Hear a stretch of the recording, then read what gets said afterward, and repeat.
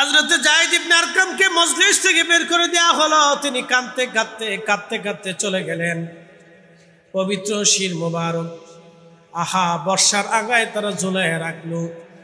হযরত জয়নব, হযরত সাকিনা, উম্মে কুলসুম, শাহর বানু এবং জয়নুল আবিদিন রাদিয়াল্লাহু আনহুম, তিনাদের সবাইকে আহা সেই দিন ঘোড়ার পিঠের উপরে চড়াইয়া কুফা নগরের অলি গলি দিয়ে তাদেরকে ঘোরানো হলো, দেখানো হলো, দেখো আমরা বন্দী ধরে নিয়ে আসছি। সেই দিন রসুলের আহলে বায়তকে অপমান করা হলো।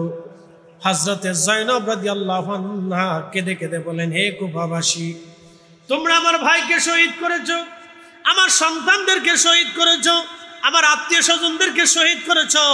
তোমরা কি জানো না আমরা রসুল বংশের কন্যা? পৃথিবীর কোনো বেগানা নারী আমাদের চেহারা দেখে না, আমাদের দেহ দেখে না, আমরা সবসময় পর্দায় আবৃত হয়ে থাকি। আমরা রসুল বংশের কন্যা। তোমরা কি জানো না আমরা নবীর বংশের কন্যা?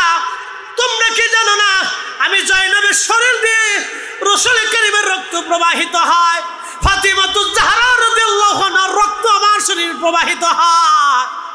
তোমরা আমাকে ঘোড়ার পিঠের উপরে চড়াইয়া বাজারের অলিগলি দিয়ে তোমরা আমাকে ঘোরাচ্ছ, আমাকে অপমান করতেছ, বন্দি বানাইয়া আমাকে আজকে লাঞ্ছিত করতেছ, আমাদেরকে কষ্ট দিচ্ছ।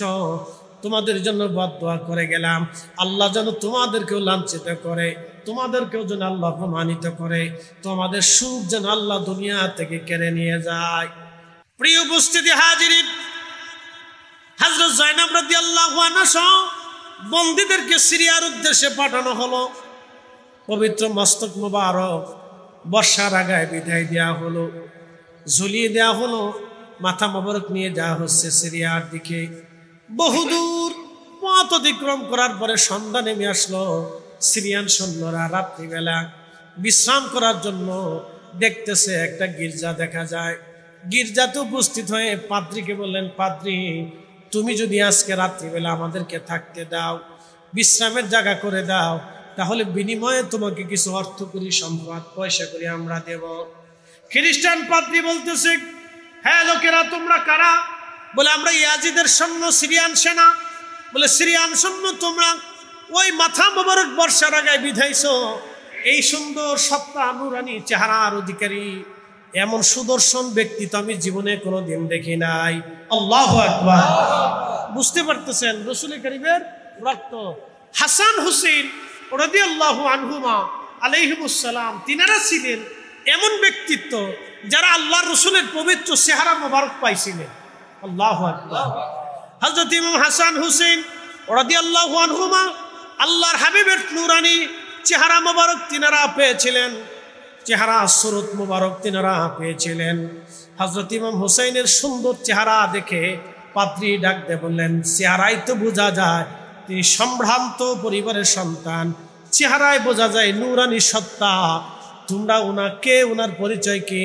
সিরিয়ান সৈন্যরা বলল, উনি হচ্ছেন ইমাম হুসাইন, কারবালায় ওনাকে হত্যা করা হয়েছে, উনি আমাদের নবী মুহাম্মাদুর রাসূলুল্লাহ সাল্লাল্লাহু আলাইহি ওয়াসাল্লামের দৌহিত্র। পাদ্রী আশ্চর্য হয়ে বলেন, বলো কি? বলে, হ্যাঁ উনি আমাদের নবীর নাতি। বলে, বলো কি?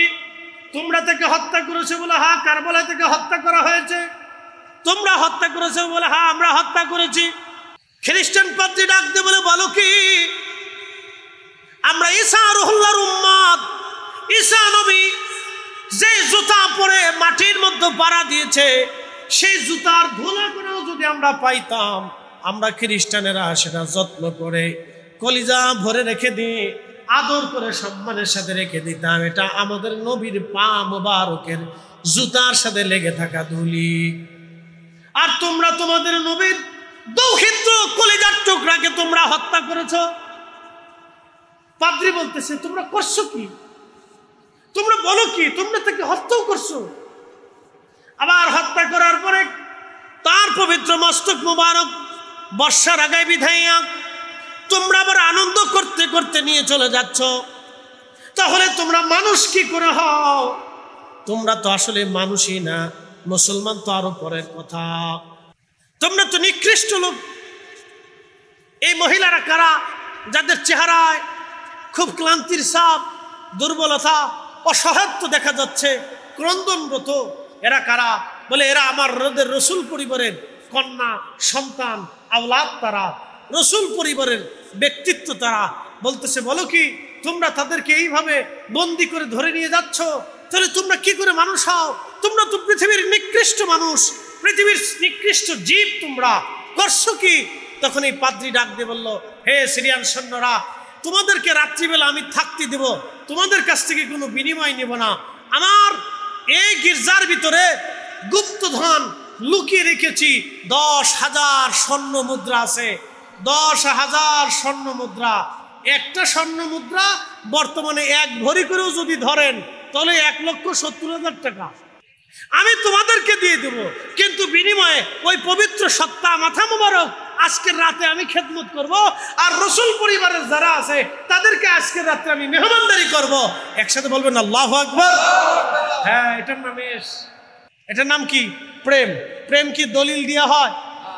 কথা কন না, প্রেম কি দলিল দেওয়া হয়? প্রেম দলিল দেওয়া হয় না। আমি ফরিদি সাহেব বহু দলিল দিব, দলিল দেওয়ার পরে নজদি বলবে হ্যাঁ দলিল হয়েছি এখন মানবো, এটা সাথে না। যে মানে সে বিনা দলিলে মানে, যে ভালোবাসে সে বিনা দলিলে ভালোবাসে। কথা কন না, ঠিক কিনা? এ বোয়ালখালীবাসী মনোযোগ দিবেন। পাদ্রী এই প্রস্তাব দেওয়ার পরে সিরিয়ান সৈন্যরা চিন্তা করলো, হায় হায়, এত স্বর্ণ মুদ্রা পেয়ে যাব, না চাইতেই পেয়ে গেলাম, না চাইতেই ভাগ্য খুলে গেল। ওরা তো দুনিয়া চাইছে, এই জন্য দুনিয়া পাইছে। আর পাদ্রী দুনিয়ার বিনিময়ে নবী কিনে নিছে, ঠিক কিনা? দুনিয়ার বিনিময়ে এশকে রসুল কিনে নিল। সিরিয়ান সৈন্যরা বর্ষা থেকে পবিত্র মস্তক পাদ্রীর হাতে দিয়ে দিলেন। ওই খ্রিস্টান পাদ্রী পবিত্র মাথা মোবারক নিয়ে গেলেন। হযরত জয়নবের পাশে দাঁড়িয়ে তিনি বিনয়ের সাথে বললেন, হে রসুল পরিবারের কন্যা সন্তান, দেখেন আমিও যদি একজন খ্রিস্টান, তারপরও আপনার নানা আজিকে আমি মহব্বত করি। আমি যদি একজন খ্রিস্টান, কিন্তু আপনার নানাকে মহব্বত করি, সম্মান করি, শ্রদ্ধা করি। আপনার রসুল পরিবারের সন্তান, আজকের রাতটা আপনাদেরকে মেহমানদারি করব। আমি বুঝতে পেরেছি আপনারা ভাই হারায়া, সন্তান হারায়া, বড় বেদনা বিধুর হয়ে, কলিজার টুকরাদেরকে হারিয়ে আপনারা ক্লান্ত, শ্রান্ত, শোকার্ত। আমি জানি আপনাদের এই শোক আমি নিবারণ করতে পারবো না, আপনাদের দুঃখ আমি মিটাই দিতে পারবো না, কিন্তু আমি একজন সেবক, আমি একজন খাদেম, আপনাদের আজকে রাতটা খেদমত করব, মেহমানদারি করব। আমার যদি ত্রুটি হয় আপনারা মাফ করে দিবেন, ক্ষমা করে দিবেন, আর আমার জন্য দোয়া করবেন।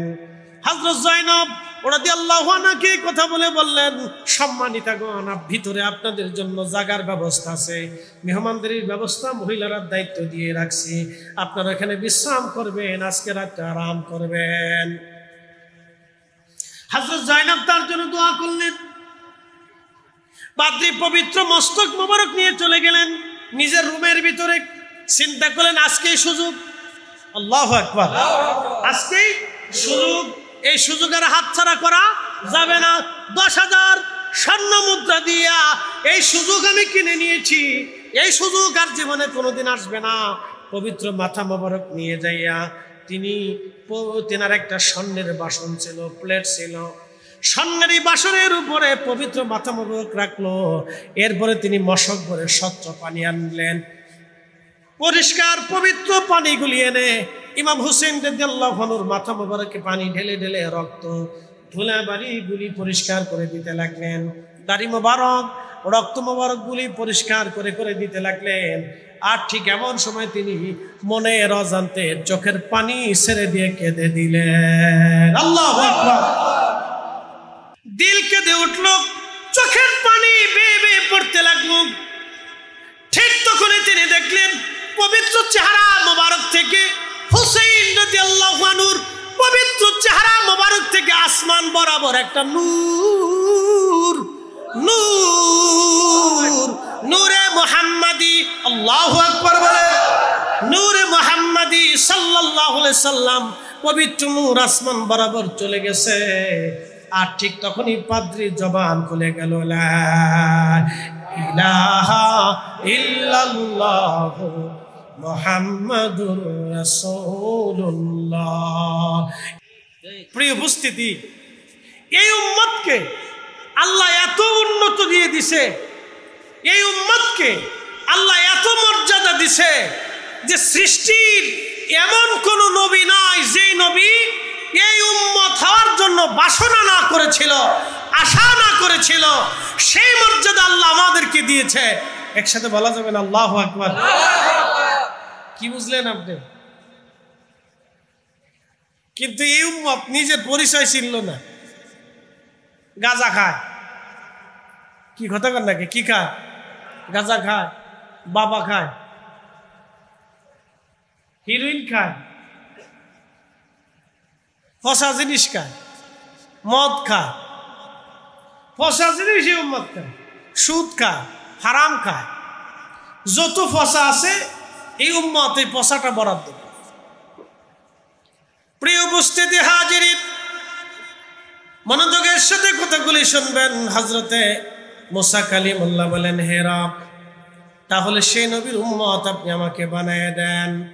আমার আল্লাহ বলেন, না মুসা, তোমাকে ওই নবীর উম্মত আমি বানাবো না। আপনি একটু চিন্তা করেন, জলিল কদর একজন নবী, আল্লাহ যাকে এত বড় মর্যাদা দিয়েছিলেন, তিনি পর্যন্ত এই উম্মত হওয়ার বাসনা করেছিলেন। এখন যদি বলা হয় আপনাদের কাউকে সৌদি আরবে নিয়ে চাকরি দেওয়া হবে, মাসে 5 লক্ষ টাকা বেতন পাবেন, নাগরিকত্ব দেওয়া হবে, সৌদি মেয়ের সাথে আপনার বিয়ে দেওয়া হবে, বাংলাদেশের 1 কোটি যুবকের মধ্যে 1 কোটি যুবক রাজি হয়ে যাবে। 1 কোটি যুবক এক পায়ে রাজি হবে, সৌদি আরবের নাগরিকত্ব পাবো, ওই দেশের সাথে আত্মীয়তা করতে পারবো, মাসে 5 লক্ষ টাকা বেতন পাবো। এই সুবর্ণ সুযোগ আর ছেড়ে দেয় কে? উন্নত বিশ্ব, উন্নত জায়গা, আরামের জায়গা। দেখেন, আপনি চিন্তা করেন, হযরত নবী আলাইহিস সালাম এই উম্মতের মর্যাদা দেখে বলেছিল, আল্লাহ আমরা ওই নবীর উম্মত বানায় দেন। একটু ভাবনা চিন্তা করেন, সাইয়্যিদুনা ইব্রাহিম আলাইহিস সালাতু ওয়াস সালাম প্রত্যেক দোয়ার ভিতরে বলতেন, হে রব, আপনি আমার নসলে, আমার বংশে আখিরি নবী দুনিয়ার মধ্যে পাঠাবেন। আল্লাহ, আমার নসলে আপনি আখিরি নবী দুনিয়ার মধ্যে পাঠাবেন, আমার বংশের মধ্যে আসবে। আল্লাহ, হযরতে ইব্রাহিম খলিলুল্লাহ দোয়া করতেন, এই জন্য আল্লাহর নবী বলেন, ওয়াদা ইব্রাহিম খলিলুল্লাহ, আমি ইব্রাহিম খলিলুল্লাহর দোয়ার ফসল। ইব্রাহিম আমার জন্য দোয়া করতেন, আল্লাহর নবী তাকে ভুলে যান নাই, মিল্লাতের বাবা বানাইয়া আল্লাহর নবী দুরুদের মধ্যে ইব্রাহিম আলাইহিস সালামের নাম লিখে দিলেন। যদি দুরুদে ইব্রাহিমের ভিতরে আমার রাসূল ইব্রাহিম আলাইহিস সালামের নাম না লিখতেন, পৃথিবীর কোনো আলেমের কলিজায় সাহস ছিল না ওই দুরূদ শরীফের ভিতরে সাইয়্যিদুনা ইব্রাহিম খলিলুল্লাহর নাম লিখে দেবে। আমার নবী ইব্রাহিম খলিলুল্লাহর নাম লিখে দিক, ওই যে দোয়া করতেন, দোয়ার কারণে কৃতজ্ঞতা স্বরূপ নবীজি নাম লিখে দিলেন। একটু চিন্তা করেন, আমার এই নবীর মর্যাদা দেখে ইব্রাহিম খলিলুল্লাহ পর্যন্ত লোভে কাতর হয়ে গেছে যে আমার বংশে যদি একটা সন্তান আসে, এত বড় পাওয়ারফুল মর্যাদাওয়ালা নবী যদি আমার বংশে আসে, আমার বংশের মর্যাদা বেড়ে যাবে। আল্লাহু আকবার। আচ্ছা, আমাদের দেশে অনেক বাবা আছে যেই বাবারা নেশা করে, আছে না? নেশা করার পরেও সেই বাবা চিন্তা করে আমার ছেলেটারও যদি ভালো মাদ্রাসায় পড়াইতে পারতাম। এরকম আছে না? বহু আছে। অনেক মা কাজ বেশি ভালো করে না, বেপরদায় চলে, কাজ বাজ করে, চাকরি বাকরি করে, কিন্তু মা তার ছেলেটারে মাদ্রাসায় পড়ায়। মা কাজ বাজ করে, চাকরি করে, গার্মেন্টসে চাকরি করে, কিন্তু মা চিন্তা করে আমার ফুলাটারে যদি মাদ্রাসায় পড়াই। তার অর্থ হলো মার ইচ্ছা ছেলেটা যেন মানুষের মতো মানুষ হয়। কারণ বাচ্চা কাচ্চা মানুষের মতো মানুষ হইলে বাবা মার গর্ব থাকে, আনন্দ থাকে, সে চিন্তা থাকে যেন আমার জীবন সার্থক হয়েছে। কি কথা ঠিক আছে না? বুঝেন, আপনি 100 কোটি টাকার মালিক, কিন্তু আপনার ছেলে মদ খায়, জীবনের কোনো সার্থকতা আছে? নাই, কোনো সার্থকতা নেই। আপনি 5,000 কোটি টাকার মালিক, কিন্তু আপনার স্ত্রী বয়ফ্রেন্ড নিয়ে ঘুরে বেড়ায়, তাহলে এই জিন্দগির কোনো লাভ নাই। মানে এই পুরুষ সুপুরুষ না, এটা হলো কাপুরুষ। এই পুরুষের জিন্দগির কোনো 4 পয়সাও মূল্য নেই। এটার বেড়া কয় না, এটার রিজলে কয় যে তার স্ত্রী বয়ফ্রেন্ড নিয়ে ঘুরে বেড়ায়। এর চাইতে বদনসিব আর পৃথিবীতে কারো হতে পারে না। এই জন্য সবাই চায় যে আমার স্ত্রী যেন ভালো হয়, সবাই চায় যে আমার সন্তান যেন মানুষের মতো মানুষ হয়। এই জন্য সৈয়দনা ইব্রাহিম আলাইহিস সালাম সবসময় দোয়াতে বলতেন, আল্লাহ আমার নসলে আপনি আখিরি নবী পাঠাইয়েন। আর আল্লাহ রসুলও কৃতজ্ঞতা স্বরূপ দুরুদ ইব্রাহিমে নবীজি নিজে ইব্রাহিম আলাইহিস সালামের নাম বসাই দিয়া এই উম্মতকে শিখাই দিলেন, আমার উম্মতেরা, আমার আব্বা ইব্রাহিম আলাইহিস সালাম আমার জন্য দোয়া করতেন, তোমরাও আমার মিল্লাতের বাবা ইব্রাহিমের জন্য দোয়া করো। একসাথে কোন আল্লাহু আকবার। হ্যাঁ, এটা বুঝে যাবে, এটা বুঝে যাবে। দুরুদ ইব্রাহিমের দাম কিন্তু ইব্রাহিম আলাইহিস সালামের জন্য আমার রসুলের দাম বাড়ে নাই, বরং আমার রসুলের কারণে ইব্রাহিম আলাইহিস সালামের দাম বাড়ছে। কি কথা বুঝেন নাই মনে হয়? এটা সহজ হিসাব। প্রিয় উপস্থিতি হাজিরিন, হাজরাতে ঈসা রুহুল্লাহ বাশারাতু ঈসা রুহুল্লাহ আলাইহিস সালাতু ওয়াস সালাম এরকম মাহফিল করতেন, বাজারে বাজারে জায়গায় জায়গায় ওয়াজ করতেন। আপনারা যেমন মঞ্চ সাজিয়েছেন, আমাদেরকে দাওয়াত দিয়েছেন, অতিথিবৃন্দদের দাওয়াত দিয়েছেন, তারপরে আপনারা জমায়েত হয়েছেন। আগের যুগে নবীরা এই ধরনের সিস্টেম তাদের ছিল না। তারা বাজারে উপস্থিত হতেন, জনসম্মুখে উপস্থিত হইয়া তারা সবারে দাওয়াত দিতেন, হে লোকেরা, আমি তোমাদের সাথে কিছু কথা বলতে চাই। হে লোকেরা, তোমরা এখানে একটু জমায়েত হও, আমি তোমাদের সাথে কিছু কথা বলবো। তখন নবীরা তাদেরকে সত্যের দাওয়াত দিতেন যে আমি নবী আল্লাহ থেকে প্রাপ্ত হয়ে পৃথিবীতে আসছি, আল্লাহ আমার উপরে ওহী করেছেন, তোমরা মিথ্যা বলো না, চুরি করো না, ডাকাতি করো না, ধর্ষণ করো না, রাহাজানি করো না, খুন করো না, সম্পদ নষ্ট করো না, এই আরেকজনের হক নষ্ট করো না, অবৈধ কাজ করো না, তোমরা মানুষের সুদ খাইও না, হারাম খাইও না, অন্যায় কাজ করো না, অপরাধ করো না, তোমরা প্রতিমার সামনে মাথা নত করো না, গাছ মাছের পূজা করিও না, এক আল্লাহর ইবাদত করো, এক আল্লাহর আইন মোতাবেক জীবন চালাই যাও। এটা নবীরা দাওয়াত দিত। তো কেউ বলতো উনি পাগল, কেউ আবার নবীদেরকে হত্যা করতে যেত। প্রিয় উপস্থিতি হাজিরিন, হযরত ঈসা রুহুল্লাহ এরকম মাহফিল করতেন। ওয়াজ করার সময় প্রত্যেক ওয়াজে ঈসা রুহুল্লাহর আদত ছিল আমার নবীর শান গাইতেন, আমার রসুলের প্রশংসা করতেন। এমন কোনো ওয়াজ নাই যেই মাহফিলে ঈসা রুহুল্লাহ আমার নবীর প্রশংসা না করতেন। ওয়া বাশারাতু ঈসা রুহুল্লাহ, হযরত ঈসা নবী প্রত্যেক মাহফিলে আমার নবীর সুসংবাদ দিতেন। এই জন্য আমরা সুন্নিরা দেখবেন এমন কোনো মাহফিল নাই যেই মাহফিলে নবীর প্রশংসা না করলে আমাদের ওয়াজি জমে না। কথা কর না কা, রসুলের প্রশংসা না করলে সুন্নি কোনো আলেমের মনে হয় না যে আজকে ওয়াজ হচ্ছে। এটা আপনারা কি মনে করেন জানি না, আমার জীবনে মনে হয় যে যেই দিন আল্লাহ রসুলের প্রশংসা না করবো সেই দিন মনে হয় না যে আমার ওয়াজ আজকে হয়েছে। আমার মনে হয় না যে আজকে আমি ওয়াজ করছি, কোনো ওয়াজ মনে হয় না আমার কাছে। কিন্তু যার কারণে কোরআন পাইছি, দিন পাইছি, মাহফিল পাইছি, মঞ্চ পাইছি, মিম্বর পাইছি, আজান পাইছি, একামত পেয়েছি, ইমান পেয়েছি, সত্য চিনেছি, আল্লাহ চিনেছি, মুক্তির রাস্তা পেয়েছি, তার প্রশংসা যদি না করতে পারলাম তাহলে জীবনের সার্থকতা থাকে না, ব্যর্থতাই থেকে যায়। প্রিয় উপস্থিতি, এই সহজ কথাগুলি বুঝে যাবেন। এই জন্য কাজী নজরুল চমৎকার শব্দে শব্দে তিনি লিখে দিয়ে গেছেন, আল্লাহকে যে পাইতে চায়, আল্লাহকে যে পাইতে চায়, হযরতকে ভালোবেসে আরশ কুরসি লৌহ কলম না চাহিতেই পেয়েছে সে।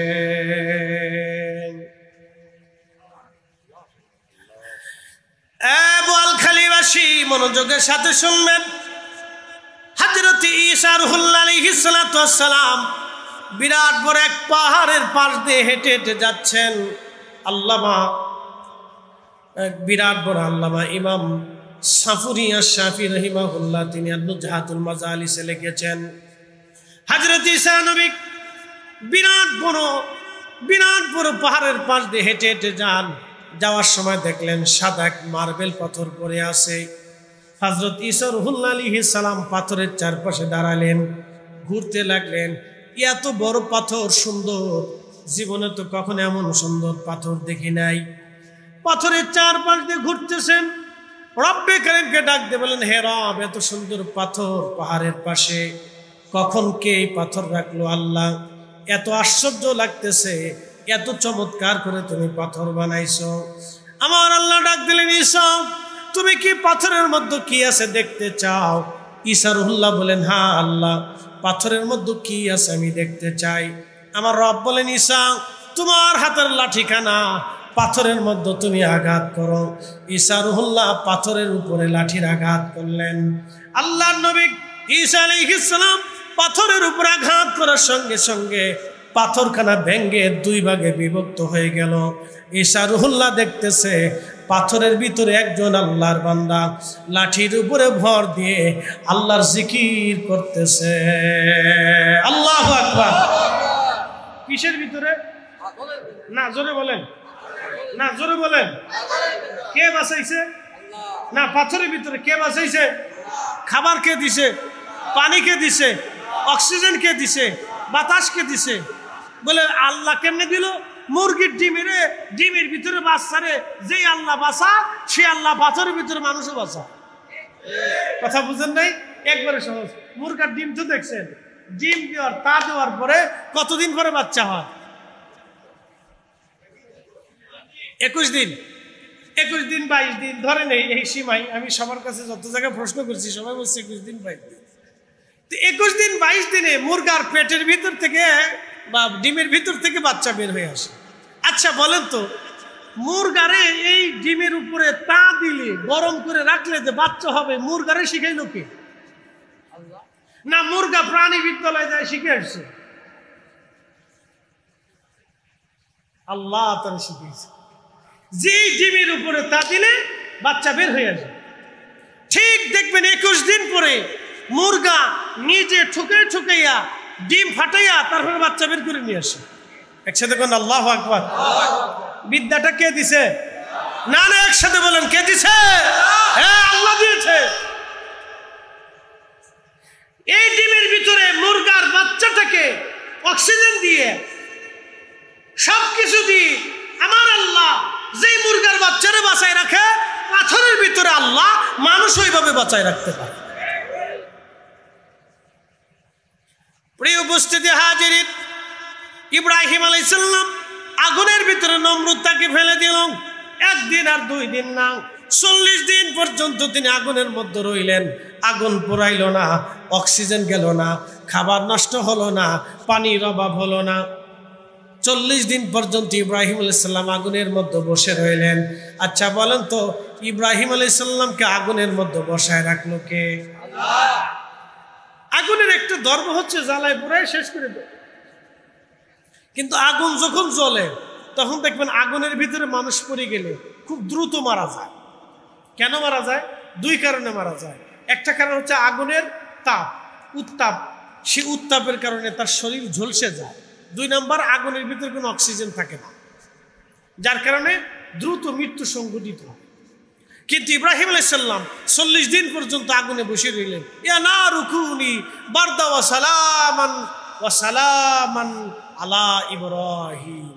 আল্লাহ সালাম শব্দ ব্যবহার করে দিয়ে আয়ার কন্ডিশন করে দিলেন। এখন যেমন না শীত না গরম, ওই রকম ইব্রাহিম আলাইহিস সালামের আগুন এরকম আয়ার কন্ডিশন হয়ে গেল, না শীত না গরম। শুধু ইব্রাহিম আলাইহিস সালাম না, ইব্রাহিম আলাইহিস সালামের পরেও এই উম্মতের একজন ব্যক্তি ছিলেন, তার নাম আবু মুসলিম আল খাওলামি, যিনি কিবারুত তাবিঈন ছিলেন। হযরত আবু বকর সিদ্দিক রাদিয়াল্লাহু আনহুর হাতে কালেমা পড়েছিলেন। তিনারেও কাফেররা আগুনের ভিতরে ফেলে দিয়েছিল। ঘটনাটা শোনাই আপনাদেরকে, তাহলে আরো একই আসবে। বকর সিদ্দিক রাদিয়াল্লাহু আনহুর জামানাতে তিনি মিশর থেকে মদিনায় আসলেন, এসে দেখলেন আল্লাহর নবী দুনিয়াতে নাই। আফসোস করলেন যে আমি রসুল দেখার সৌভাগ্য আমার আর হলো না। তো তিনি হযরত আবু বকরের হাতে কালেমা পড়লেন, বায়াত নিলেন। আবু বকর সিদ্দিক বললেন, আপনি ইয়ামান দেশে কালেমার দাওয়াত দেওয়ার জন্য চলে যান। হযরত আবু মুসলিম আল খাওয়ালামি ইয়ামান দেশে কালেমার দাওয়াত দেওয়ার জন্য চলে গেলেন। যাওয়ার পরে ইয়ামান দেশে ভণ্ড নবীর আবির্ভাব হলো, এদিকেও ভণ্ড নবীর আবির্ভাব হলো। হযরত আবু বকর সিদ্দিক রাদিয়াল্লাহু আনহু ভণ্ড নবীদেরকে দমনের জন্য বিরাট মুসলমানদের সেনাবাহিনী গঠন করে ভণ্ড নবী দমনের জন্য মুসলমানদেরকে পাঠিয়ে দিলেন। কিন্তু ইয়ামান দেশে সৈন্য পাঠানোর মতো কোনো সুযোগ, কাদিয়ানীরা কাফের, জোরে বলেন কাদিয়ানীরা কাফের, আরো জোরে বলেন কাদিয়ানীরা, আরো জোরে বলেন কাদিয়ানীরা। দলিলে না বিনা দলিলে? বিনা দলিলে কাফের। দলিল দলিল লাগতো না, বিনা দলিলে আল্লাহ, বিনা দলিলে কাদিয়ানীরা কাফের। কথা ঠিক কিনা? দেখ বৃষ্টি আসতেছে, মাশাআল্লাহ প্রচুর বৃষ্টি, সারাদিন বৃষ্টি, প্রচুর বৃষ্টি, চারপাশে প্রচুর বৃষ্টি। কিন্তু আপনারা মাহফিলে বসে রয়েছেন, এগুলি সাধারণত এই চট্টগ্রাম ছাড়া আর কোথাও দেখা যায় না। আপনি ঠিক বললেও ঠিক, না ঠিক বললেও ঠিক, আমি ফার্ম মারতেছি না। আর দুনিয়া তো আসাদুল মিনাল ফার্ম, দুনিয়া ফার্মের উপরে চলে। বলে হুজুর এটা কেমন কইলেন? বাড়ি যাইয়া যদি ফার্ম না মারেন তাহলে ভালো মন্দ খাইতে পারবেন না। আর যদি খালি বলেন যে মর্জিনার মা, এই আমি তো চট্টগ্রামে যাইয়া আব্দুল করিম সাহেবের বাড়ি গেছিলাম, যাইয়া করিম সাহেবের স্ত্রী খুব সুন্দর করে রান্না বান্না করছে, এই তোমার রান্না বান্নাটা বেশি মজা লাগে নাই, তখন দেখবেন যে কি জ্বালার জ্বালা, এই জ্বালার কোনো শেষ নাই, বিরাট বড় পেরা। এই জন্য দুনিয়া তো আসাদুল মিনাল ফার্ম, মাঝে মধ্যে ফার্ম মারতে হয়। ঘরের ভিতরে একটু মাঝে মধ্যে ফার্ম দিবেন, যেই ফার্ম যদি বুঝতে না পারে বেশি মেরেন না, শেষে বুঝে ফেলবে। হালকা হালকা হালকা হালকা মারতে হয়, হালকা হালকা দিতে হয়, না দিলে জ্বালা আছে। প্রিয় উপস্থিতি মনোযোগ দিবেন, এই চট্টগ্রামে বৃষ্টিতেও মাহফিল হয়, তুফান হইলেও মাহফিল হয়। আমি 6 নম্বর সিগন্যালেও চট্টগ্রামে মাহফিল করছি। হুজুর ঝড় তুফান হচ্ছে অসুবিধা নাই, ওয়াজ হবে আর আমরা ওয়াজ শুনবো, একসাথে করেন আল্লাহু আকবার। তাই বলে এটা চট্টগ্রামে সম্ভব। 6 নম্বর সিগন্যাল চলতেছিল, ওই যে আগে কি যেন একটা তুফান হয়েছিল না বাংলাদেশে, হ্যাঁ রাঙ্গুনিয়াতে করছিলাম, এই পাশাপাশি তো এটা কি যেন একটা সিগন্যাল কয়েক 2 বছর আছে, আম্মার নাকি আনফান নাকি জায়গাকে ঘোরার টিম, নাম সব মনে থাকে না। তো এই সময় 6 নম্বর সিগন্যালে পাবলিককে হুজুর ওয়াজ হবে, অসুবিধা নেই, তুফান হয়ে ভাঙিয়ে দেখবে, অসুবিধা নেই, আমরা ওয়াজ শুনবো, ওয়াজ হবে মাশাআল্লাহ। আমি বললাম এটা চট্টগ্রামেই সম্ভব, একসাথে করেন আল্লাহু আকবার, না আরো জোরে বলেন আল্লাহু আকবার। সারাদিন বৃষ্টি, আমি চিন্তা করতেছিলাম যে বৃষ্টিতে মানুষ বসবে কোথাও। তা আবার জানি যে চট্টগ্রামে তুফান হোক আর বৃষ্টি হোক মাহফিল হবে, এটা আমি শিওর আছি যে মাহফিল যা হয়, তুফান হোক আর বন্যা হোক মাহফিল হইব, একটা না একটা ব্যবস্থা এরা করবে। তো যাক আলহামদুলিল্লাহ, এটা আল্লাহর দয়া যে আল্লাহ আপনাদেরকে ইয়াকিন দিছে, বিশ্বাস দিছে, হয়তো এই বিশ্বাসের মধ্যে কোনো ঘাটতি নাই। বৃষ্টি হোক, আল্লাহ দিছে, আমরা পাইয়ে খুশি, আল্লাহ দিয়ে খুশি। বৃষ্টির দিনে বৃষ্টি না হইলে বুঝবেন যে দুর্ভিক্ষ হওয়ার সম্ভাবনা আছে। শীতকালে যদি শীত না আসে তাহলে বুঝবেন দুর্ভিক্ষ হওয়ার সম্ভাবনা আছে। বসন্তে যদি বসন্ত না আসে তাহলে বুঝবেন দুর্ভিক্ষ হওয়ার সম্ভাবনা আছে।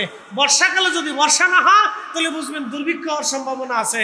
বাতাসের সিজনে যদি বাতাস না হয় তাহলে বুঝবেন দুর্ভিক্ষ হওয়ার সিজনের সম্ভাবনা আছে। ফসলের সময় যদি ফসল না হয় তাহলে বুঝবেন দুর্ভিক্ষ হওয়ার সম্ভাবনা আছে। এগুলো দুর্ভিক্ষর লক্ষণ, বিপদের লক্ষণ। বৃষ্টি যেহেতু হইতেছে তাহলে বুঝবো আল্লাহ রহমত পাঠাইতেছে, এটা আল্লাহ রহমত পাঠাইতেছে। এই জন্য আমরা বৃষ্টি পেয়ে খুশি, কোনো চিন্তা নেই। প্রিয় উপস্থিতি হাজিরিন, মূল আলোচনায় চলে যাই। হযরত আবু মুসলিম আল খাওলামি রাহমাতুল্লাহ আলাইহি, ভণ্ড নবীর লোকেরা বলল, তাহলে আমরা তোমাকে আগুনের মধ্যে পুড়িয়ে মেরে ফেলে দিব। আবু মুসলিম আল খাওলামি বললেন, হে ভণ্ড নবীর লোকেরা, তোমরা আগুন জ্বালাও, আমার আগুনের মধ্যে ফেলে দাও। আগুন যদি আমার পোড়ায় তাহলে আমার নবী মিথ্যা, আর আগুন যদি আমার না নবী সত্য, তোমাদের ভণ্ড নবী মিথ্যা। চিৎকার মেরে বলেন না ইয়া রাসূলুল্লাহ। এই উম্মতের ইয়াকিন দেখেন, এই উম্মতের বিশ্বাস দেখেন, আপনি এই উম্মতের ইয়াকিন আপনি দেখেন, এই উম্মতের বিশ্বাস আপনি দেখেন। আবু মুসলিম আল খাওলামি বলতেছে, ভণ্ড নবীর লোকেরা, আগুন যদি আমার পুরায় তাহলে তোমরা শোনো আমার নবী মিথ্যা, আর আগুন যদি আমাকে না পোড়ায় তাহলে তোমাদের নবী মিথ্যা। তোমরা যাকে নবী মনে করতেছো সে মিথ্যাবাদী। ভণ্ড নবীর লোকেরা আবু মুসলিমের হাত পা বেঁধে আগুনের মধ্যে ফেলে দিল। আগুন জ্বলে কিন্তু আবু মুসলিম জ্বলে না। একসাথে বলবেন না মারহাবা। উনি কিবারুত তাবিঈন ছিলেন, হযরত আবু বকরের জামানা। হযরত খুলাফায়ে রাশিদ, সিদ্দিক আকবর, আবু বকর রাদিয়াল্লাহু আনহুর জামানা চলতেছে। আবু মুসলিমকে আগুনের মধ্যে ফেলে দিল, আগুন জ্বলতেছে কিন্তু আবু মুসলিম জ্বলে না। আবু মুসলিমের একটা পশম পর্যন্ত পড়ল না, সে আগুনের ভিতরে মারাও গেল না। দীর্ঘ সময় পর্যন্ত তিনি আগুনের মধ্যে পড়ে রইলেন। ভণ্ড নবী পালিয়ে চলে গেল। যারা প্রতারিত হয়েছিল তারা তওবা করে কালেমা পড়ে মুসলমান হয়ে গেল। সারা ইয়ামান দেশে তার সুনাম সুখ্যাতি ঘটনা ছড়িয়ে গেল। ভণ্ড নবীর সাথে যুদ্ধ করা লাগে নাই, বিনা রক্তপাতের যুদ্ধে আবু মুসলিম আল খাওলামি ইয়ামান দেশের মানুষের মন জয় করে নিলেন। ইয়ামান, এই জন্য আল্লাহ রসুল বলতেন আল ঈমানু ফিল ইয়ামান, যদি তোমরা ঈমান দেখতে চাও তো ইয়ামানের দিকে তাকাও। ঈমান যদি দেখতে চাও ইয়ামানের দিকে তোমরা তাকাও। আল ঈমানু ফিল ইয়ামান, ঈমান যদি দেখতে চাও ইয়ামানের দিকে তাকাও। প্রিয় উপস্থিতি, আমরা বাংলাদেশে ইসলাম পেয়েছি শাহজালাল ইয়ামানি মুজাররিদের কারণে। কথা ঠিক কিনা? শাহজালাল ইয়ামানি, ইয়ামানি, ইয়ামানের সেই শাহজালাল মুজাররিদের কারণে আমরা ইসলাম এদেশে ব্যাপকভাবে প্রতিষ্ঠিত হয়েছে। যদিও আগে পরে অনেক পীর মাশেক আপনার ওলিয়া উলিয়া এসেছিলেন, কিন্তু তাদের সময়ে এত ব্যাপকভাবে প্রসারিত হয় নাই যেইভাবে 360 আউলিয়ার মাধ্যমে হয়েছিল। প্রিয় উপস্থিতি, মনোযোগ দিবেন। হযরত আবু মুসলিম আল খাওলামি আগুন থেকে বের হয়ে আসলো, আগুন থেকে পোড়াইলো না, পড়লো না। তিনি এই উম্মতের ইব্রাহিম। হযরত ওমর রাদিয়াল্লাহু আনহু মদিনার রাস্তায় দাঁড়িয়ে থাকতেন। ইয়ামানের রাস্তা, যে রাস্তা দিয়ে মানুষ ইয়ামানের দিকে যাবে, মদিনায় প্রবেশের রাস্তায় হযরত ওমর রাদিয়াল্লাহু আনহু দাঁড়িয়ে থাকতেন। এই উম্মতের ইব্রাহিম আসবে, আবু মুসলিম আল খাওলামি আসবে, আমি তার সাথে মুআনাকা করব, মুসাফা করব, আমি তার সাথে কোলাকুলি করব, সাদর সম্বোধন দিব, আহলান সাহলান দিব। আবু মুসলিম আল খাওলামি রাহিমাহুল্লাহ তিনি হযরতে ওমর রাদিয়াল্লাহু আনহু দাঁড়িয়ে আছেন।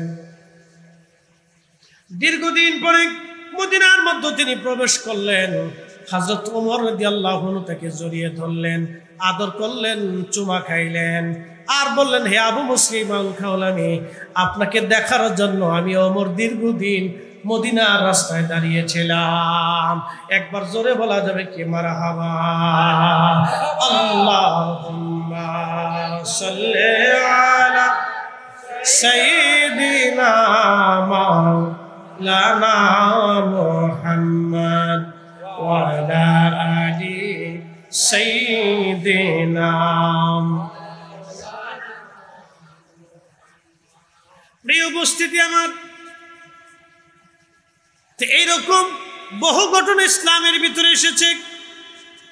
এই জন্য বলছিলাম, জায়গার কারণে মানুষের দাম বাড়ে, মানুষের কারণে জায়গার দাম বেড়ে যায়। আমার রসুলের কারণে আমাদের দাম বেড়েছে, আমাদের কারণে নবীর দাম বাড়ে নাই। এই জন্য কারবালায় ইমাম হুসেইন রাদিয়াল্লাহু আনহুর শাহাদাতের কারণে আমাদের দাম বেড়েছে, আমাদের কারণে হুসাইনের দাম বাড়ে নাই। আজকের মাহফিলের মর্যাদা বেড়েছে হুসাইনের কারণে। কথা কন না কে, ঠিক কিনা? ওনাদের শাহাদাতের কারণে আজকে মাহফিলের মর্যাদা বেড়েছে। আমরা আসছি, সেই কারণে মাহফিলের দাম বাড়ে নাই, বরং হুসাইনির মহব্বতে আমরা মাহফিলে আসছি, আহলে বাইতের মহব্বতে মাহফিলে আসছি, শুহাদায়ে কারবালার মহব্বতে মাহফিলে আসার কারণে আমাদের দাম বেড়ে গেছে। সালাতুন ইয়া রাসূলুল্লাহ আলাইকুম, সালামুন ইয়া হাবিবাল্লাহ আলাইকুম, সালাতুন ইয়া রাসূলুল্লাহ আলাইকুম, সালামুন ইয়া হাবিবাল্লাহ। আমি আমার বিষয়ের দিকে ফিরে যাচ্ছি, খুব মনোযোগ দিবেন। কারবালার মাঠে এখানে আপনাদেরকে নিয়ে বেশি আলোচনা আমি করব না, যেহেতু ইমাম হুসেন রাদিয়াল্লাহু আনহুর কারামতের কথা বলা হয়েছে। আমি ইমাম হুসেন রাদিয়াল্লাহু আনহুর দুইটা কারামত আপনাদের সামনে আজ উত্থাপন করব। হযরত ইমাম হুসেন রাদিয়াল্লাহু আনহুর পবিত্র মস্তক মোবারক কেটে দ্বিখণ্ডিত করে ওনার মাথা মোবারক আলাদা করে বর্ষার আগায় বিদায়া ইয়াজিদের সৈন্যরা নিয়ে চলে গেল কুফা নগরে, গভর্নর হাউসে নিয়ে চলে গেল। গভর্নর হাউসে নিয়ে যাওয়ার পরে হযরত ইমাম হুসেন রাদিয়াল্লাহু আনহুর পবিত্র মস্তক উবাইদুল্লাহ ইবনে জিয়াদ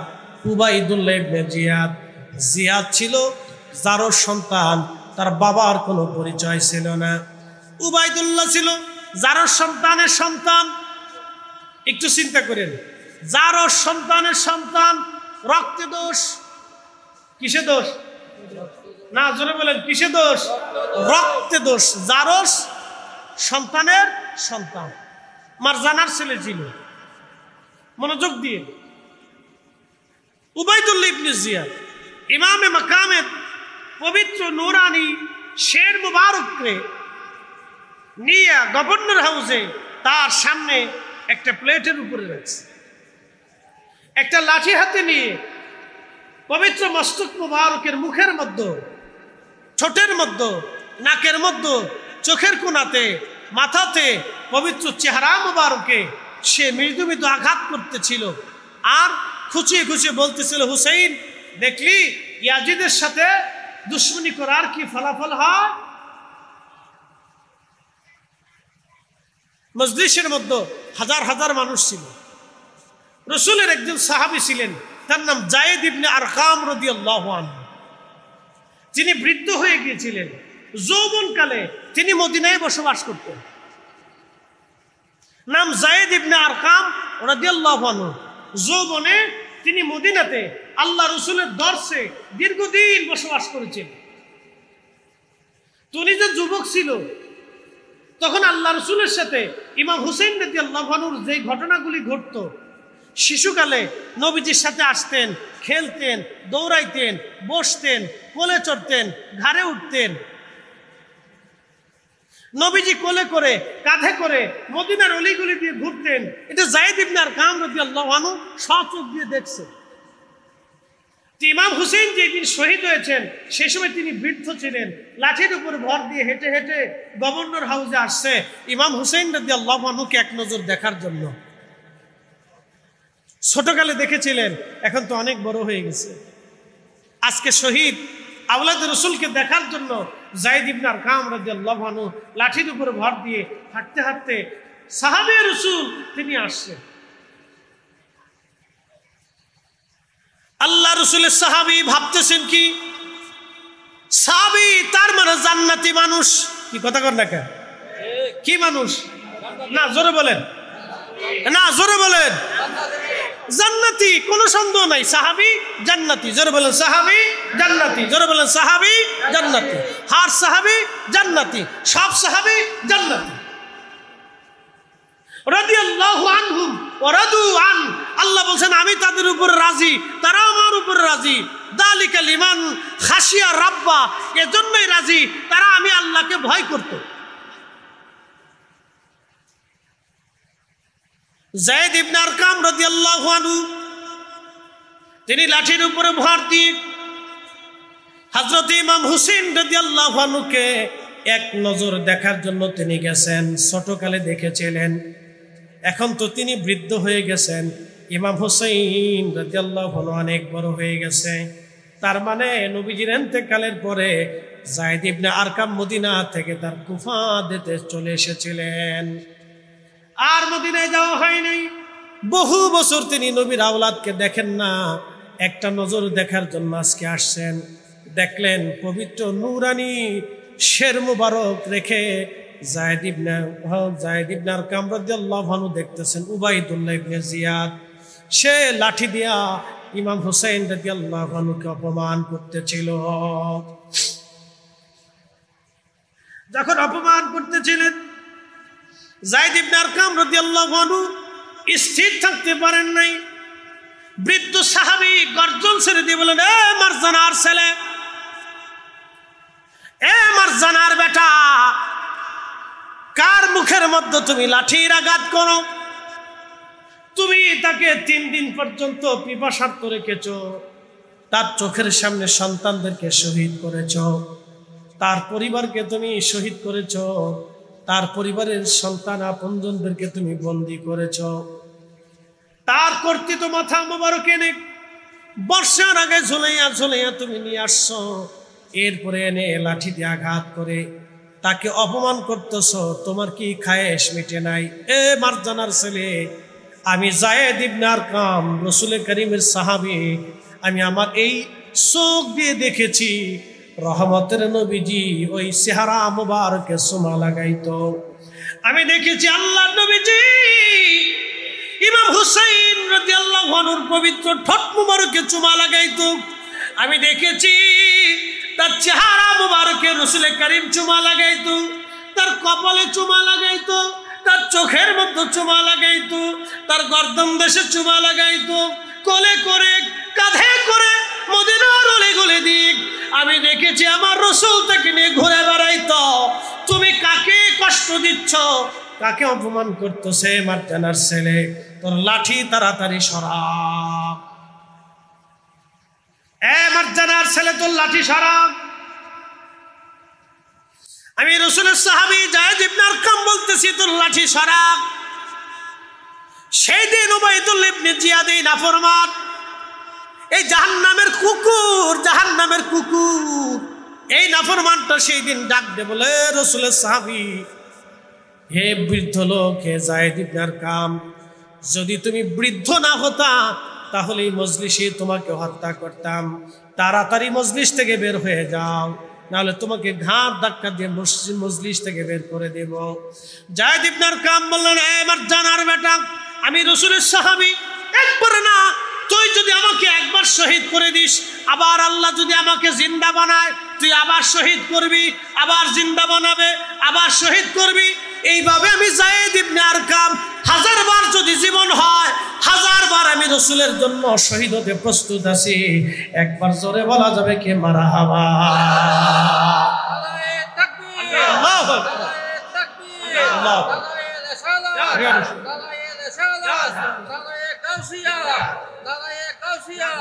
ঈদে মিলাদুন নবী, ঈদে মিলাদুন নবী, শুহাদায়ে কারবালাহ জিন্দাবাদ, শুহাদায়ে কারবালাহ জিন্দাবাদ, লশে আশুরা জিন্দাবাদ। জাগো সুন্নি মুসলমান, শোনো সুন্নি মুসলমান, ময়দানেতে প্রমাণ হবে, ময়দানেতে প্রমাণ হবে, আসেনি ঈমান তোমার, আসেনি ঈমান। সুন্নি মুসলমান, জাগো সুন্নি মুসলমান, আমরা হলাম নবীর সেনা, ভয় করি না বুলেট বোমা, ঠিক কিনা? ইতিহাসে লেখা আছে কারবালার প্রমাণ। সুন্নি মুসলমান, জাগো সুন্নি মুসলমান, বলো সুন্নি মুসলমান, জাগো সুন্নি মুসলমান। ও ময়দানেতে প্রমাণ হবে, ময়দানেতে প্রমাণ হবে, আসেনি ঈমান তোমার, আসেনি ঈমান। সুন্নি মুসলমান, জাগো সুন্নি মুসলমান, সালাতুন ইয়া রাসূলুল্লাহ, সালামুন ইয়া হাবিবাল্লাহ। প্রিয় বোয়ালখালীবাসী, মনোযোগ দিবেন। হযরত যায়েদ ইবনে আরকামকে মজলিস থেকে বের করে দেওয়া হলো। তিনি কাঁদতে কাঁদতে কাঁদতে কাঁদতে চলে গেলেন পবিত্র শির মোবারক। আহা, বর্ষার আগায় তারা ঝুলাইয়া রাখলো। হযরতে জয়নব, হযরতে সাকিনা, উম্মে কুলসুম, শাহর মানু এবং জয়নুল আবিদিন রাদিয়াল্লাহু আনহুম তিনাদের সবাইকে সেই দিন ঘোড়ার পিঠের উপরে চড়াইয়া কুফা নগরের অলি গলি দিয়ে তাদেরকে ঘোরানো হলো, দেখানো হলো, দেখো আমরা বন্দি ধরে নিয়ে আসছি। সেই দিন রসুলের আহলে বায়তকে অপমান করা হলো। হযরতে যায়েনব রাদিয়াল্লাহু আনহা কেঁদে কেঁদে বলেন, হে কুফাবাসী, তোমরা আমার ভাইকে শহীদ করেছো, আমার সন্তানদেরকে শহীদ করেছো, আমার আত্মীয় স্বজনদেরকে শহীদ করেছো। তোমরা কি জানো না আমরা রসুল বংশের কন্যা? পৃথিবীর কোনো বেগানা নারী আমাদের চেহারা দেখে না, আমাদের দেহ দেখে না, আমরা সবসময় পর্দায় আবৃত হয়ে থাকি। আমরা রসুল বংশের কন্যা। তোমরা কি জানো না আমরা নবী বংশের কন্যা?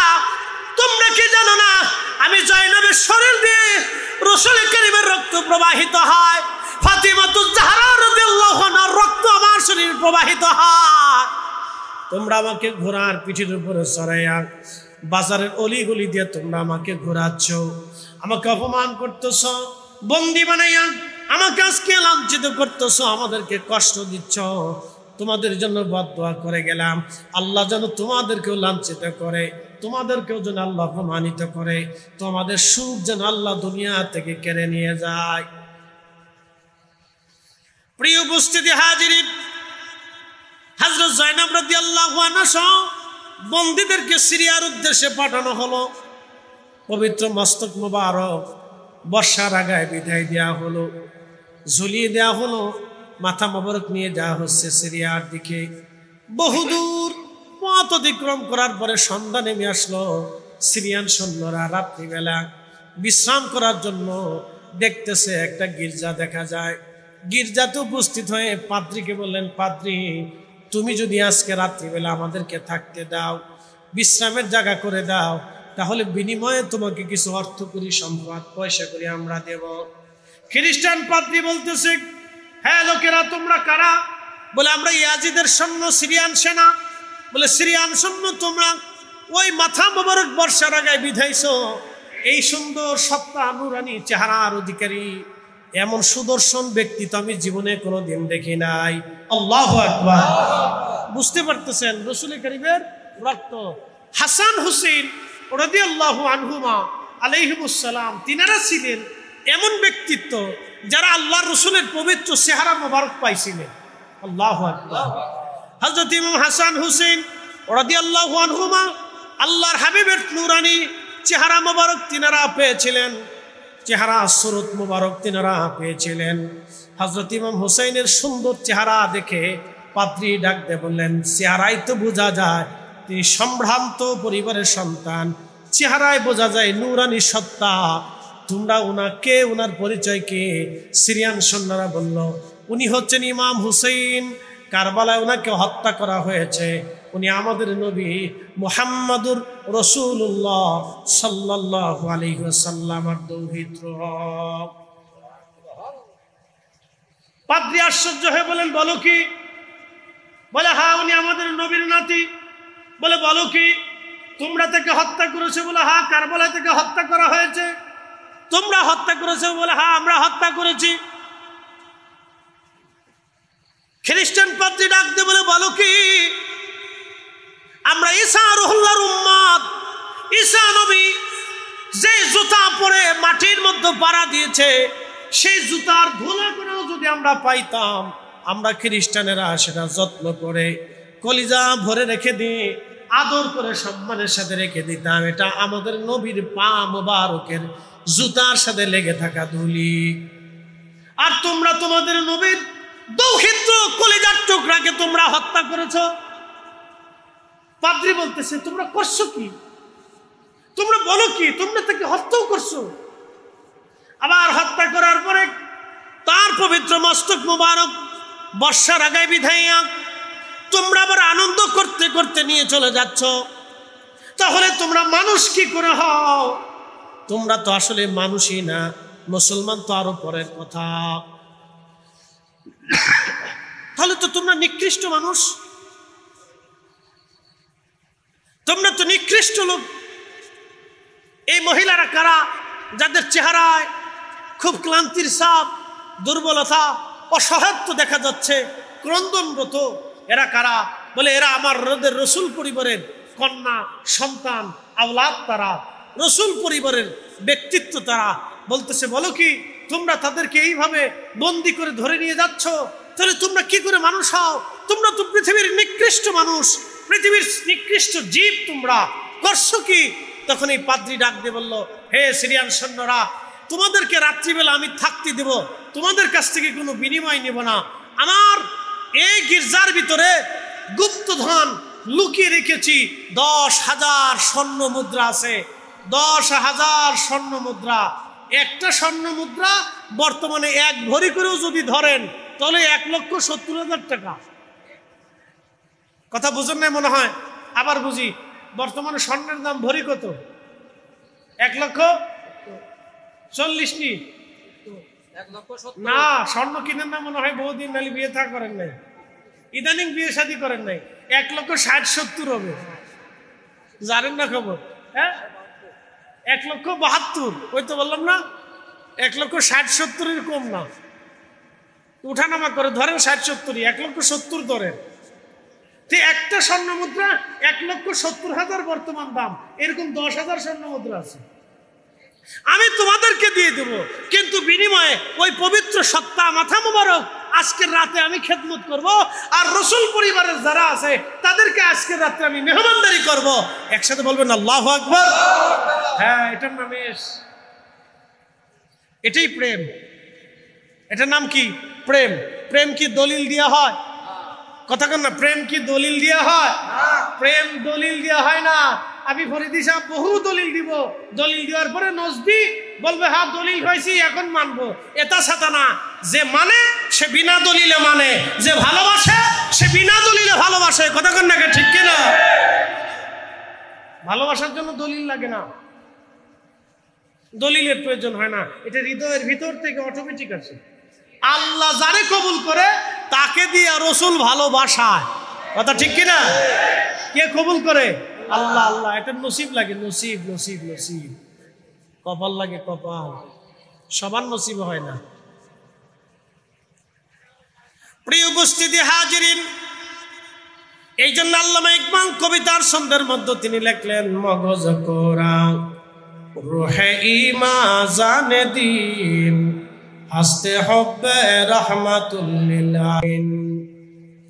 আল্লামা ডক্টর ইকবালের ভাষ্য অনুযায়ী কাজী নজরুল খুবই চমৎকার করে তিনি কবিতার ছন্দের মধ্যে লিখে দিলেন, তৌহিদেরই মুর্শিদ আমার মুহাম্মাদের নাম, মুর্শিদ মুহাম্মাদের নাম, ওই নাম জপলেই বুঝতেই পারি, ওই নাম জপলেই বুঝতেই পারি খুদারি কালাম, মুর্শিদ মুহাম্মাদের নাম, তৌহিদেরই মুর্শিদ আমার মুহাম্মাদের নাম, মুর্শিদ মুহাম্মাদের নাম। সালাতুন ইয়া রাসূলুল্লাহ আলাইকুম, সালামুন ইয়া হাবিব।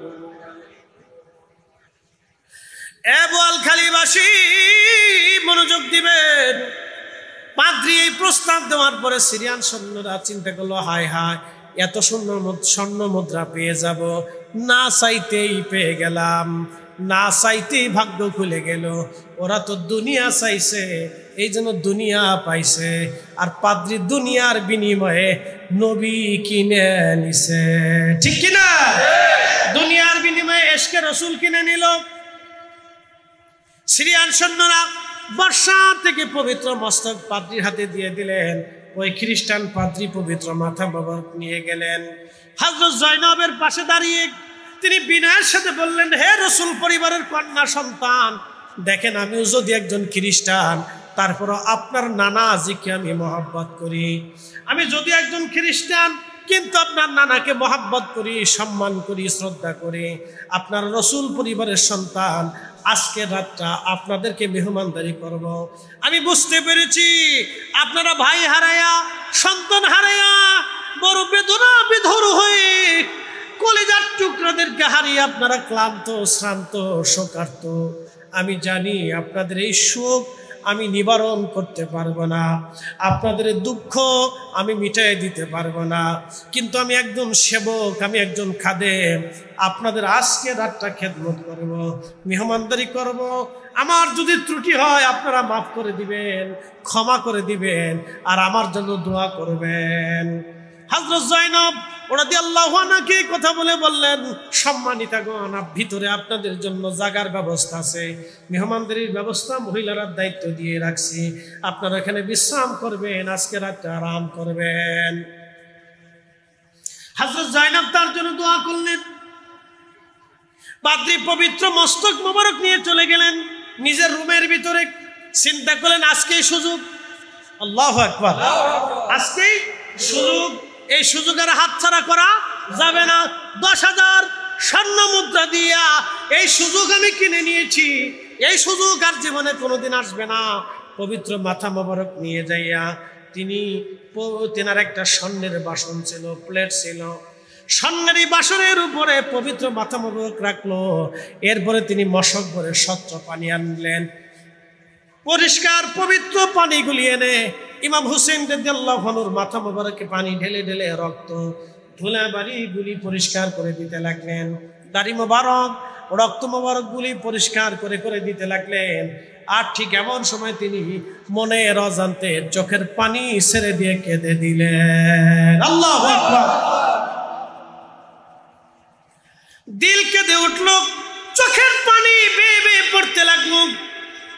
ঠিক তখনই তিনি দেখলেন পবিত্র চেহারা মোবারক থেকে, হুসাইন রাদিয়াল্লাহু আনহুর পবিত্র চেহারা মোবারক থেকে আসমান বরাবর একটা নূর, নূর, নূরে মুহাম্মাদি, আল্লাহু আকবার বলে, নূরে মুহাম্মাদি সাল্লাল্লাহু আলাইহি সাল্লাম, পবিত্র নূর আসমান বরাবর চলে গেছে। আর ঠিক তখনই পাদ্রীর জবান খুলে গেল, লা ইলাহা ইল্লাল্লাহু মুহাম্মাদুর রাসূলুল্লাহ, ইয়া রাসূলুল্লাহ, ইয়া হাবিবাল্লাহ, ইয়া রাসূলুল্লাহ, আমার মতো নিদান কালে থাকি নবীজি আমাদের শিয়রে, আমার মতো নিদান কালে আসি নবীজি আমার শিয়রে, করিব চুম্বন কদম ধরিয়া, করিব চুম্বন কদম ধরিয়া, ইয়া রাসূলুল্লাহ, ইয়া হাবিবাল্লাহ, ইয়া রাসূলুল্লাহ, ইয়া হাবিবাল্লাহ। মাতা পিতা যাহাদের অন্ধকার কবরে দেখি নবীজি মায়াবী নজরে, মাতা পিতা যাহাদের অন্ধকার কবরে দেখি নবীজি মায়াবী নজরে, তরায়া লইও হাসর মাজারে, তরায়া লইও হাসর মাজারে, ইয়া রাসূলুল্লাহ, ইয়া হাবিবাল্লাহ, ইয়া রাসূলুল্লাহ, ইয়া হাবিবাল্লাহ, সালাতুন ইয়া রাসূলুল্লাহ।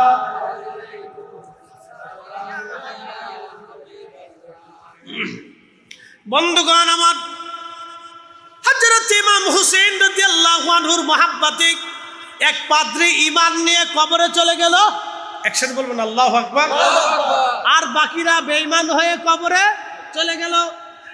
একদল জাহান্নাম কিনে নিল, আর একজন খ্রিস্টান মহাব্বত দিয়ে ভালোবাসা দিয়ে জান্নাত কিনে নিল।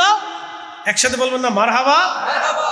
সিরিয়ান সৈন্যরা চলে গেল সিরিয়াতে, ইয়াজিদের রাজ দরবারে উপস্থিত হয়ে গেল।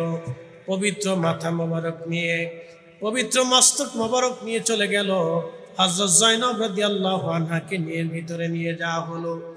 সিরিয়াতে ইয়াজিদের রাজ দরবারে তাদেরকে কারাগারের মতো আসামিদের মতো দাঁড় করায় রাখা হলো। আহা, সে সময় হযরত জয়নব রাদিয়াল্লাহু আনহা দাঁড়িয়ে আছেন। হযরত জয়নুল আবেদিন দাঁড়ানো। জয়নুল আবেদিনকে জেলখানার মধ্য দিয়ে দেওয়া হলো। জয়নুল আবেদিন রাদিয়াল্লাহু আনহু জেলখানার মধ্যে তিনি বসে বসে কাঁদেন। ইয়া রাহমাতাল লিল আলামিন আদরিকলি জয়নুল আবেদিনা মাহবুসু আইদিল জালিমিন ইলমার কবি ওয়াল মাজদাহাবি ইয়া রাহমাতাল লিল আলামিন। জয়নুল আবেদিন রাদিয়াল্লাহু আনহু ইয়াজিদের জেলখানার মধ্যে বসে বসে মদিনার দিকে তাকায় তিনি কাঁদে আর বলে, ইয়া রাহমাতাল লিল আলামিন, আপনার জয়নুল আবেদিন জালিমের জেলখানার মধ্যে আজকে বন্দী হয়ে আছে। ইয়া রাহমাতাল লিল আলামিন, আপনার জয়নুল আবেদিন জালিমের জেলখানার ভিতরে বন্দী হয়ে আছে। ইলমার কবি ওয়াল মাজদাহাবি ইয়া রাহমাতাল লিল আলামিন আদরিকলি জয়নুল আবেদিন। আপনি দেখেন আপনার জয়নুল জালিমের জেলখানার মধ্যে বন্দী হয়ে আছে। আমরা ইয়া রাসূলুল্লাহ বলে ডাক দিলে আমাদেরকে বেদাতি বলা হয়, কিন্তু সেই দিন বিপদে পড়িয়া মুসিবতের ঘোর অন্ধকারে পড়িয়া হযরত জয়নুল আবেদিন ইয়াজিদের জেলখানায় বসে বসে আমার রাসূলকে ডেকেছিলেন। চিৎকার মেরে জোরে বলেন না ইয়া রাসূলুল্লাহ।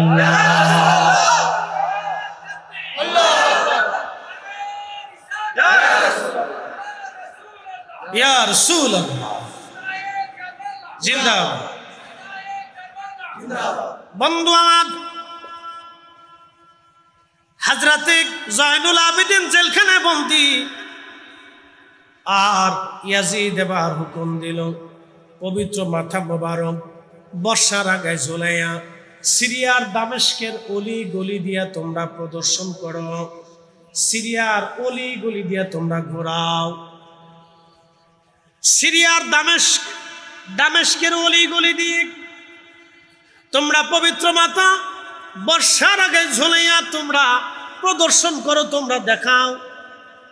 আহা, ইমাম হোসেন রাদিয়াল্লাহু আনহুর পবিত্র মাথা মোবারক বর্ষার আগে ঝুলাইয়া পবিত্র মাথা মোবারক বহন করে নিয়ে সিরিয়ার দামেস্কের অলি গলি দিয়ে ঘোরানো হচ্ছে, হেঁটে হেঁটে যাওয়া হচ্ছে। হাজার হাজার সিরিয়ান মানুষ, হাজার হাজার সিরিয়ান মানুষেরা, হাজার হাজার সিরিয়ান মুসলমানেরা রাস্তার পাশে দাঁড়ায় দাঁড়ায় ডুকরিয়ে ডুকরিয়ে তারা কান্না করতেছিলেন, কেঁদে কেঁদে কাঁদতেছিলেন সিরিয়ানরা। ডুকরিয়ে ডুকরিয়ে তিনারা কান্না করতেছিলেন, সিরিয়ানরা কান্না করতেছিলেন। এমন সময় একজন ইমাম হোসেন রাদিয়াল্লাহু আনহু পবিত্র মাথা মুবারকের পাশে দাঁড়াইয়া কোরআনের আয়াত তেলাওয়াত করলেন, মুহাসিবাতা আন্না আসহাবাল কাহফি ওয়ার রাকিবি কানু আয়াতিনা। একবার জোরে বলা যাবে কি মারহাবা। আয়াতিনা আযাবা।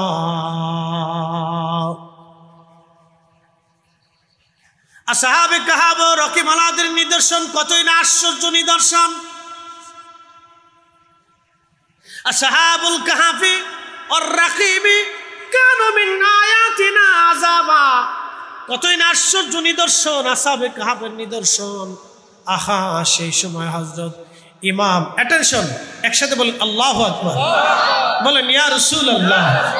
সেই সময় ইমাম হুসেন রাদিয়াল্লাহু আনহুর জবান খুলে গেল। না না, আস্তে আস্তে, জোরে বলেন, জোরে জোরে জোরে। শহীদরা কি মরে? জোরে বলেন, মরে। ওয়ালা তাকুলু লিমান ইউকতালু ফি সাবিলিল্লাহি আমওয়াত। তোমরা বলিও না, ওয়ালা তাকুলু, তোমরা বলিও না, লিমান ইউকতালু, যারা মৃত্যুবরণ করে, ফি সাবিলিল্লাহ, আল্লাহর রাস্তায়, আমওয়াত, মরা বলিও না, আমওয়াত, মরা বলিও না। একসাথে কথা, আল্লাহু আকবার। বাল আহইয়াউ ওয়ালাকিন লা তাশউরুন, বরং তারা জিন্দা, তোমরা বুঝতে পারো না। জিন্দা, একসাথে বলেন কি? জিন্দা। জোরে বলেন কি? জিন্দা। হুসাইন জিন্দা, হুসাইন জিন্দা, হাসান জিন্দা, আমাদের নবী জিন্দা, হুসাইন জিন্দা, হাসান জিন্দা, হযরত আলী জিন্দা, ফাতেমা জিন্দা, আমাদের নবী জিন্দা, সাহাবা আজমিন জিন্দা, ওলিরা জিন্দা, শহীদরা জিন্দা। মাশাআল্লাহ, সহজ হিসাব। ওয়ালাকিন লা তাশউরুন, আমরা বুঝি না। আল্লাহ নিজেই বলছেন তোমরা একটু অনুধাবন করো না, তোমরা দেখতে পাও না, তোমরা শুনতে পাও না, তবে যারা দেখে তাদের দিল জিন্দা হয়ে গেছে। কথা ঠিক কিনা? তারা দেখে যাদের দিল জিন্দা। জোরে বলেন, তারা দেখে যাদের দিল জিন্দা। তারা দেখে, আমরা দেখি না, ওটা আমরা দেখি না। হযরত ইমাম হুসেন রাদিয়াল্লাহু আনহুর জবান খুলে গেল। জবান খুলে তিনি বলতে লাগলেন, আযাবু আসহাবাল কাহফি কাতলি ওয়া হামলি, আযাবু আসহাবাল কাহফি কাতলি ওয়া হামলি, আমাকে বহন করা, আমাকে হত্যা করা আসহাবে কাহফ থেকেও কি খুব আশ্চর্যজনক ঘটনা। একসাথে বলবেন আল্লাহু আকবার। আসহাবে কাহফ কারা? যারা 309 বছর পর্যন্ত গুহার ভিতরে ঘুমিয়েছিল। কত বছর? 309 বছর। ধরে বলেন কত বছর? 309 বছর পর্যন্ত ঘুমায়, সূর্যের আলো ঢুকে নাই, ঠান্ডায় তারা কষ্ট পায় নাই, একেবারে এয়ার কন্ডিশন, পোকা লাগে নাই, পশম পড়ে যায় নাই, ব্লাড সার্কুলেশন নষ্ট হয় নাই, ত্বক নষ্ট হয় নাই, স্বাস্থ্য নষ্ট হয় নাই, পানি লাগে নাই, পিপাসা লাগে নাই, গ্যাস লাগে নাই, বাথরুম আসে নাই। 309 বছর ঘুমিয়েছিলেন তারা। 500 প্রতিক্রম করাইলেন আল্লাহ, বাতাস দিলেন আল্লাহ, পানি খাওয়াইলেন আল্লাহ, ঘুমের ভিতরে সব হয়ে গেল। 309 বছর, এটা অনেক আশ্চর্য, অনেক আশ্চর্য। আল্লাহর রসুলের দৌহিত্র ইমাম হুসেন কর্তৃত পবিত্র মাথা থেকে আওয়াজ আসে, আযাবু আসহাবাল কাহফি কাতলি ওয়া হামলি, আমাকে হত্যা করা, আমাকে বহন করে নিয়ে আমাকে অপমান করা। এইভাবে বর্ষার আগায় বিদায়া ঝোলাইয়া ঝোলাইয়া তোমরা অলি গলি দিয়া আমার ঘুরাইতেছো, আমার অপমান করতেছো, এটাকে আসহাবে কাহফের চাইতে কম আশ্চর্য। তখন ওই ব্যক্তি ইমামে মাকামের পবিত্র মাথা মোবারকে চুমা লাগাইলেন, কপাল মোবারকে চুমা লাগাইলেন, কান্নার রোল পড়ে গেল। হাজার হাজার লক্ষ লক্ষ মানুষ কান্না করতে লাগলো। ইমাম হুসাইন রাদিয়াল্লাহু আনহুর পবিত্র মস্তক মোবারক দেখে সবাই কান্না করতে লাগলো, কান্না। এই পবিত্র মস্তক যেতে যেতে যেতে যেতে যেতে যেতে যেতে যেতে যেতে যেতে ইস্পাহান না আসকালান, যেতে যেতে আসকালান, বর্তমান গাজা, এর পূর্ব নাম ছিল আসকালান। বর্তমান গাজা, এর পূর্ব নাম কি? আসকালান। 530 হিজরি, 530 হিজরিতে এই আসকালান শহর দখল করে নিয়ে গেল খ্রিস্টানেরা। 530 হিজরিতে এই আসকালান শহর দখল করে নিয়ে গেল খ্রিস্টানেরা। 530 না 470 হিজরি, আমার স্মরণে নেই, 470 অথবা 530 এরকম হবে।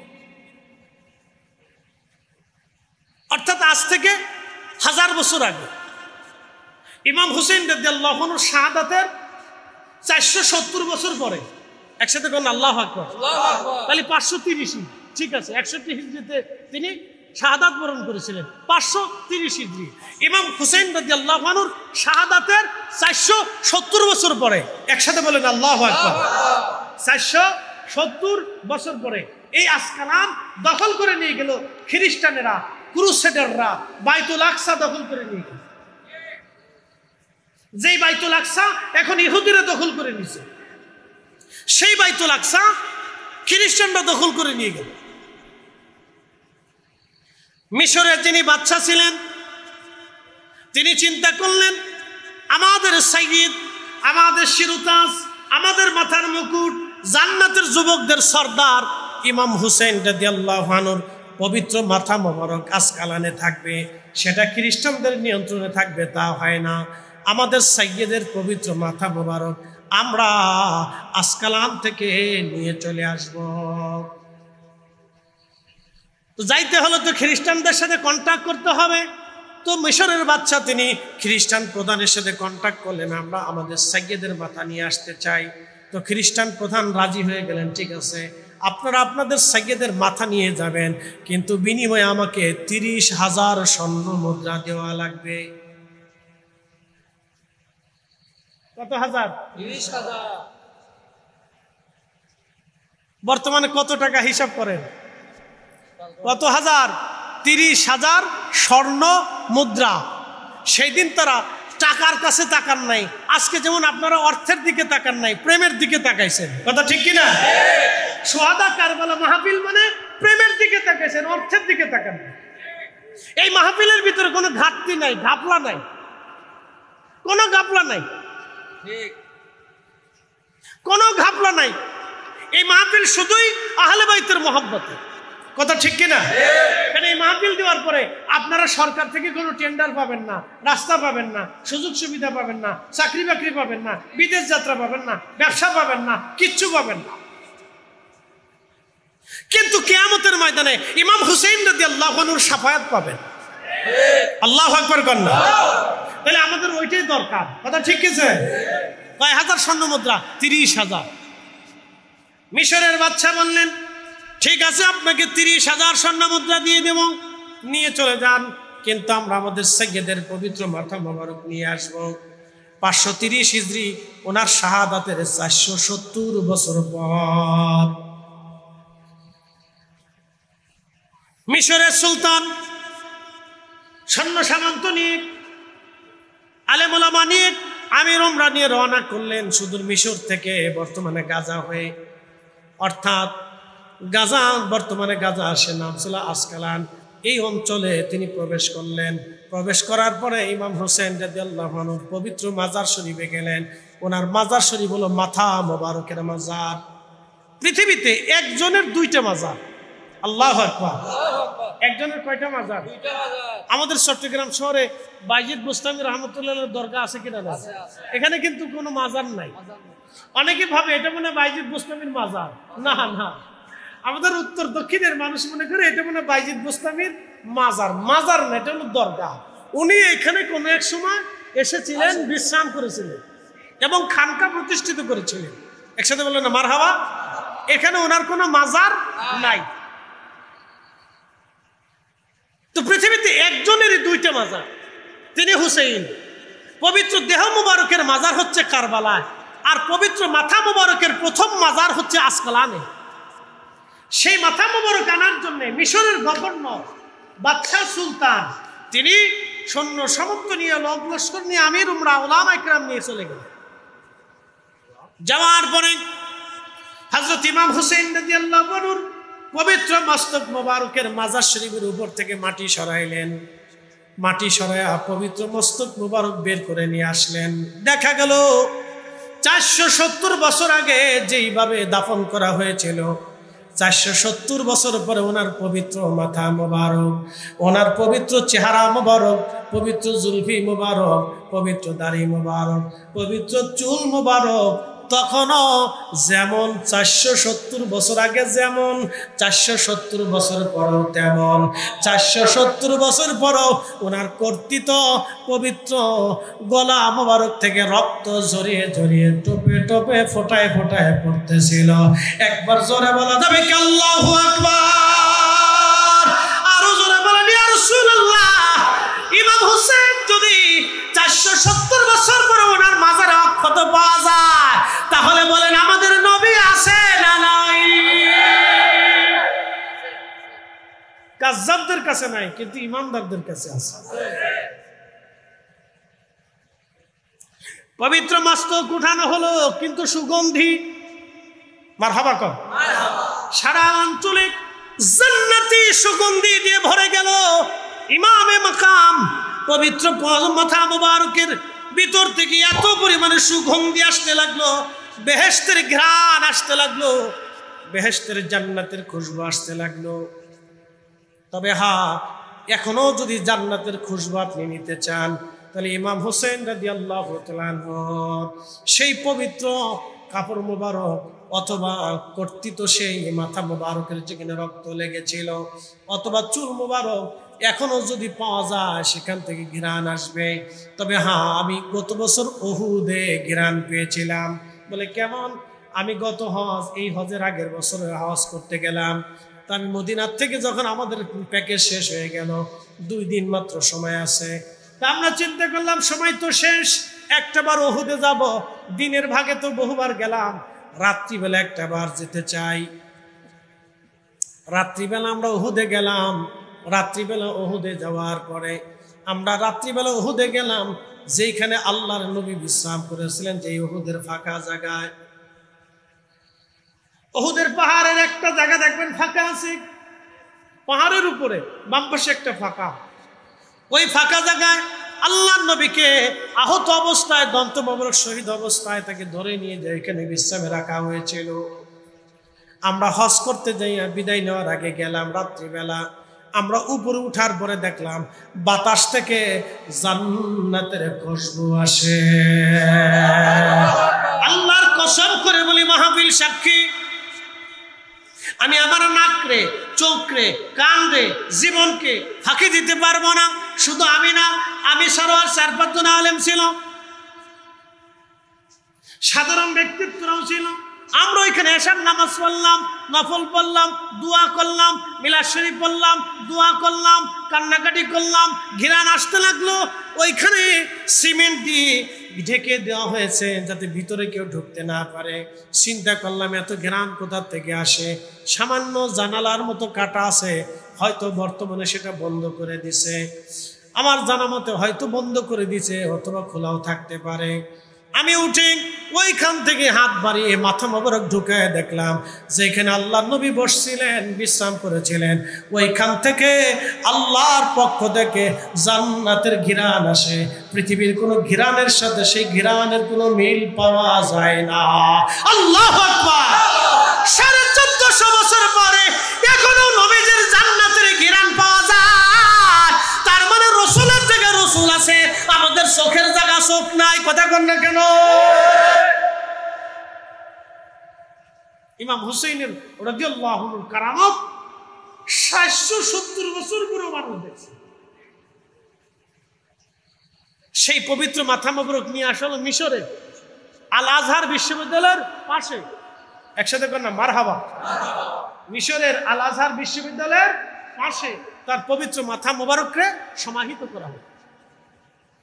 পৃথিবীতে একজনের 2 স্থানে জিয়ারত হয়, এক স্থান কারবালা আর এক স্থান মিশরের আল আজহার বিশ্ববিদ্যালয়ের পাশে। 2 স্থান থেকে মানুষ ফুয়ুজুত নেয়, জিয়ারা করে, দোয়া নেয়, তামাজ্জুনে বরকত নিতে থাকে। 2 স্থান থেকে মানুষ বরকত নিতে থাকে। প্রিয় উপস্থিতি আমার, ইমাম হুসেইন রাদিয়াল্লাহু আনহু এই কারবালার এই ঘটনা অনেক ব্যাপক, ব্যাপৃত, লম্বা। ইমাম হুসেইন শহীদ হয়েছিলেন কিন্তু পরাজিত হন নাই। ইয়াজিদ বাহ্যিকভাবে দেখা গেছে সে বিজয় হয়েছে, আসলে জিন্দিগির সে পরাজিত হয়ে গেছিল। বেশি দিন সে বাঁচতে পারে নাই। আল্লাহ রাসূল বলছিলেন, হালাকাতু উম্মতি আলা ইয়াদাই গিলমাতিন মিন কুরাইশ, সহিহুল বুখারী।